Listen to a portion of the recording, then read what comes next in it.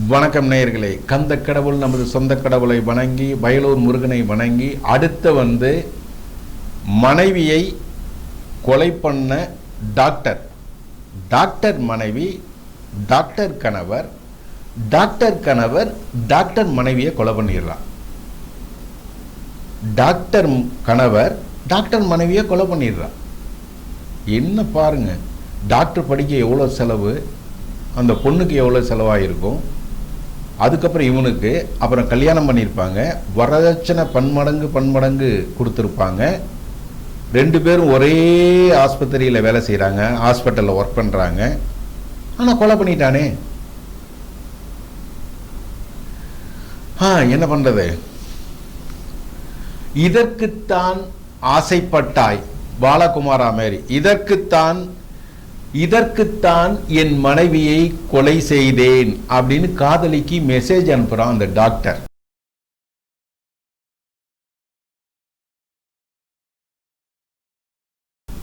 இதற்குத்தான் என் மனைவியை கொலை செய்தேன் அப்படின்னு காதலிக்கு மெசேஜ் அனுப்புறான். இதற்குத்தான் ஆசைப்பட்டாய் பாலகுமாரா, 14 ஆண்டு ஜெயில். நம்ம சொல்லலாமா? இதற்குத்தான் ஆசைப்பட்டாய் பாலகுமாரா, இனி 14 ஆண்டு ஜெயில். என்ன சரி, யாரு? கர்நாடகாவே அதிர விட்ட டாக்டர், கொலை கேஸ்ல கர்நாடகாவே அதிர விட்டுருக்கா.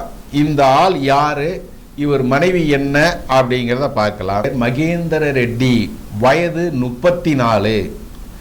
இவனுக்கும் கிருத்திகா ரெட்டி அப்படிங்கிற ஒரு பொண்ணுக்கும், அவங்களும் டாக்டர், 2 பேருக்கும் திருமணம் ஆகுது. திருமணமாகி 6 மாசத்துல அவங்களுக்கு உடல் ரீதியா பிரச்சனைகள் வருது. பாருங்க, 1 வருஷமோ 2 வருஷமோ 3 வருஷமோ 4 வருஷமோ இல்லை, 6 மாசத்துல உடல் பிரச்சனை வருது. இவன் டாக்டருங்கனால அந்த பொண்ணு அம்மா வீட்டுக்கு போயிட்டாங்க. டாக்டர், அவங்களும் டாக்டர். அந்த அம்மாவுக்கு ஐவி போட்டிருக்கான். ஐவினா போதை இன்ஜெக்ஷன், தூக்க மாத்திரைன்னு சொல்றாங்களா, அது அதுல வர்றது. லிக்விட் ஃபார்ம்ல ஐவி போட்டான். ஐவி போட்ட உடனே அந்த பொண்ணு துடிக்கிறாங்க, ஐயோ வலிக்குதுங்க, ஐவி எடுத்துடுறேன் அப்படின்னு. இல்ல 2 நாள் அது போனா வலி கம்ப்ளீட்டா கிளியர் ஆயிரும். எப்படி சொல்றான் பாருங்க, முட்டாபாய டாக்டர். இன்னும் 2 நாள் போனா வலி சுத்தமா கிளியர் ஆயிடும் அப்படின்னா அந்த பொண்ணு விட்டுட்டாங்க.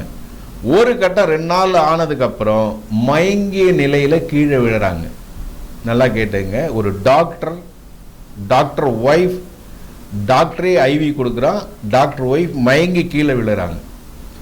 கீழே விழுந்த உடனே உறவினர்கள்லாம் மருத்துவமனைக்கு கூட்டு போனா கிருத்திகா ரெட்டி உயிரிழந்து விட்டார்கள் சொல்றாங்க மருத்துவர்கள்.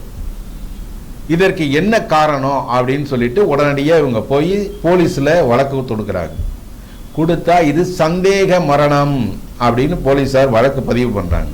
நல்லா தெரிஞ்சுங்க, போலீஸ்ல வழக்கு கொடுக்குறாங்க, அவங்க சந்தேக மரணம் அப்படின்னு வழக்கு பதிவு செய்யறாங்க. சித்தரின் மெய்சிலுக்கும் அனுபவங்கள் என்று முன்னரே கூறியிருந்தோம் அல்லவா? அந்த உண்மையை உங்களுக்கு சொல்ல வேண்டாமா? அந்த சித்தர் நேரடியாக அந்த அம்மனுக்கு அபிஷேகம் செய்யும் போது அந்த அம்பாள் பாம்பு ரூபத்தில் எழுந்தருளியிருக்கிறாள். அந்த காட்சிகளை இப்போது நீங்கள் பார்த்து கொண்டிருக்கிறீர்கள். அந்த பாம்பு ரூபத்தில் எழுந்திருக்கும் அம்பாளை இந்த சித்தர் பாலால் அபிஷேகம் பண்ணுகிறார், சந்தனத்தால் அபிஷேகம் பண்ணுகிறார். என்னதான் ஜீவன் இருந்தாலும் 5 அறிவு படைத்த ஜீவன், தெய்வத்தினுடைய பாம்பு இல்லை என்றால் யாராயிருந்தாலும் தீண்டும். ஆனால் கடவுளின் அருள் பெற்ற இந்த சித்தர் அந்த பாம்புக்கு அபிஷேகம் பண்ணும் போது எந்தவித மறுப்பும் அது தெரிவிக்கவில்லை. சில நேரம் மஞ்சள் தண்ணி எடுத்து அது வாயிலே போடுறார். இதெல்லாம் பார்க்க ரொம்ப மெய்சிலிருக்கும் அனுபவமா இருக்கு. இதை எடுத்து உடற்கூறு ஆய்வுக்கு எடுத்துட்டு போறாங்க. இவன் போட்ட இன்ஜெக்ஷன், இவன் போட்ட மருந்து எல்லாம் தடவியல் நிபுணர்கள் ஆய்வுக்கு உட்படுத்தப்பட்டு அவங்க கடைசியா ரிப்போர்ட் கொடுக்குறாங்க. அளவுக்கு அதிகமா யூசேஜ், தூக்க மாத்திரை தூக்க அந்த இது ஐவி கொடுத்ததுனால, லிக்விட் ஃபார்ம்ல கொடுத்துருக்கான், அதனால அந்த பெண் உயிரிழந்துட்டாங்க. தடவியல் ரிப்போர்ட் வந்தாச்சு. அளவுக்கு அதிகமாக போதை, அதான் போதை இன்ஜெக்ஷன், போதை மாத்திரை சொல்கிறாங்க, அதை கொடுத்துட்டாங்க. அதனால் அவங்க உயிரிழந்துட்டாங்க அப்படின்னு ரிப்போர்ட்லாம் வருது. இவன் ஊசி அதுக்கு தான் பயன்படுத்தியிருக்கான், அந்த மருந்து அதுக்கு தான் பயன்படுத்தியிருக்கான், எல்லாமே வந்தாச்சு. வந்தவொடனே அந்த கிருத்திகா ரெட்டியோடைய அப்பா முனிரெட்டி மாரத்தவல்லி போலீஸ் ஸ்டேஷனில் கம்ப்ளைண்ட் கொடுக்குறாரு. என் பொண்ணை இதை மாரி மகேந்தர் ரெட்டி கொலை செய்துட்டான் அப்படின்ட்டு. உடனே போலீஸார் தீவிரமாக விசாரணையில் இறங்குறாங்க. போலீஸார் தீவிரமாக விசாரணையில் இறங்குனதில் மகேந்திர ரெட்டி கூறும் வாக்குமூலத்தை கேளுங்கள். மகேந்தர் ரெட்டி என்ன சொல்றான்னா, அந்த பொண்ணுக்கு இரைப்பை நோய் இருந்திருக்கு, புரியுதா, இரைப்பை நோய் இருந்திருக்கு, நீரிழிவு நோய் இருந்தது, அதை மறைச்சி எனக்கு கல்யாணம் பண்ணிட்டாங்க. பாருங்கய்யா, என்னத்தை சொல்றது, இரைப்பை நோய் இருந்தது, நீரிழிவு நோய் இருந்தது, அதை மறைச்சி எனக்கு கல்யாணம் பண்ணிட்டாங்க. அதனால அவளோட எனக்கு வாழ விருப்பம் இல்லை. உடம்பு சரியில்லைன்னு சொன்னா அதிகமான டோசேஜ் தூக்க மருந்து அதிகமாக கொடுத்து அவளை நான் கொலை பண்ணிட்டேன்.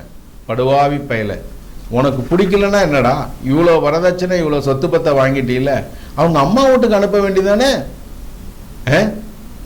அம்மா வீட்டுக்கு அனுப்பிச்சிருந்தா அந்த பொண்ணால் நிம்மதியாக வாழ்ந்துருக்குல்ல. அந்த அம்மாவும் டாக்டர் தானே. சரி, எந்த வியாதி தான் இருக்கட்டும், சுகர் எல்லாம் உடனே செத்து போறானா? 75 வயசு 80 வயசு வரைக்கும் இல்லையா? இரைப்பை நோய் உள்ளவன் இல்லையா? சிங்கிள் கிட்னியில வாழலையா 80 வயசு 75 வயசு வரைக்கும்? பாவம் இல்லையா? அனாவசியமா ஒரு உயிர் உன்னை நம்பி வந்தது டாக்டர்னு சொல்லி. அதுவும் டாக்டர்னா எவ்வளோ கோடி கோடியாக கொடுத்துருப்பாங்க.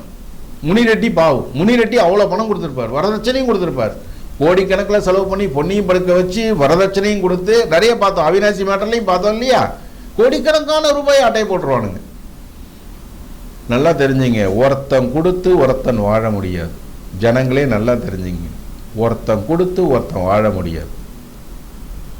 எதுக்கும் ஆசைப்படாம தான் இருக்கணும். ஆனா இதுக்குன்னே ஆசைப்பட்டிருக்கா இவன். காதலிக்கு உடனே மெசேஜ் அனுப்பிச்சிருக்கான். உடனே பார்த்தீங்கன்னா கொலை பண்ணிட்டேன்னு போலீஸில் வாக்குமூலம் கொடுத்துட்டான். அதுக்கப்புறம் போலீஸார் இவருடைய செல்போனை ஆராய்ச்சி பண்ணியிருக்காங்க. ஆராய்ச்சி பண்ணதில் இவனுடைய காதலிக்கு முதல் மெசேஜ் போட்டிருக்கான், உனக்காகத்தான் இந்த வேலையை செய்தேன், இதற்காகத்தான் ஆசைப்பட்டாய் பாலகுமாராங்கிற மாதிரி உனக்காகத்தான் இந்த வேலையை செய்தேன் மெசேஜ் செஞ்சிருக்கான். அதான் வேலை செய்தேன்னா கொலை செய்தேன். வெக்கமா இல்லை அவனுக்கு? சூடு சூழ்நிலை கிடையாது. என்ன படுவாவி பைய உயிரை கொலை பண்ணிட்டான், அதுவும் டாக்டர் அம்மாவை கொலை பண்ணிட்டான். சரிடா, நோயெல்லாம் இறைவனால் கொடுக்கப்பட்டது நோய், அது இருக்கதான் செய்யும். கம்ப்ளீட்டா வேரோட யாராலையும் அழிக்கலாம் முடியாது. உனக்கு போற நேரம் வரும்போது டக்குன்னு தூக்கிடுவார். சும்மா நோயை தனிச்சு தான் வைக்கலாம். பிறக்கும் போதே வந்துடும். நோயை தனிச்சு தான் வைக்க முடியும், கம்ப்ளீட்டா ரிமூவ் பண்ண முடியாது. வேரோட ஒன்றும் பண்ண முடியாது. வேரோட அதை களைய முடியாது. நீயா இருக்கட்டும், நானா இருக்கட்டும், எல்லாரும் இருக்கட்டும், பகவானுக்கு தேவைங்கிறப்ப அது பெருசு பண்ணி விட்டுருவார், டப்புன்னு கிளம்பிடுவான். இதுதான் நடக்கிறது.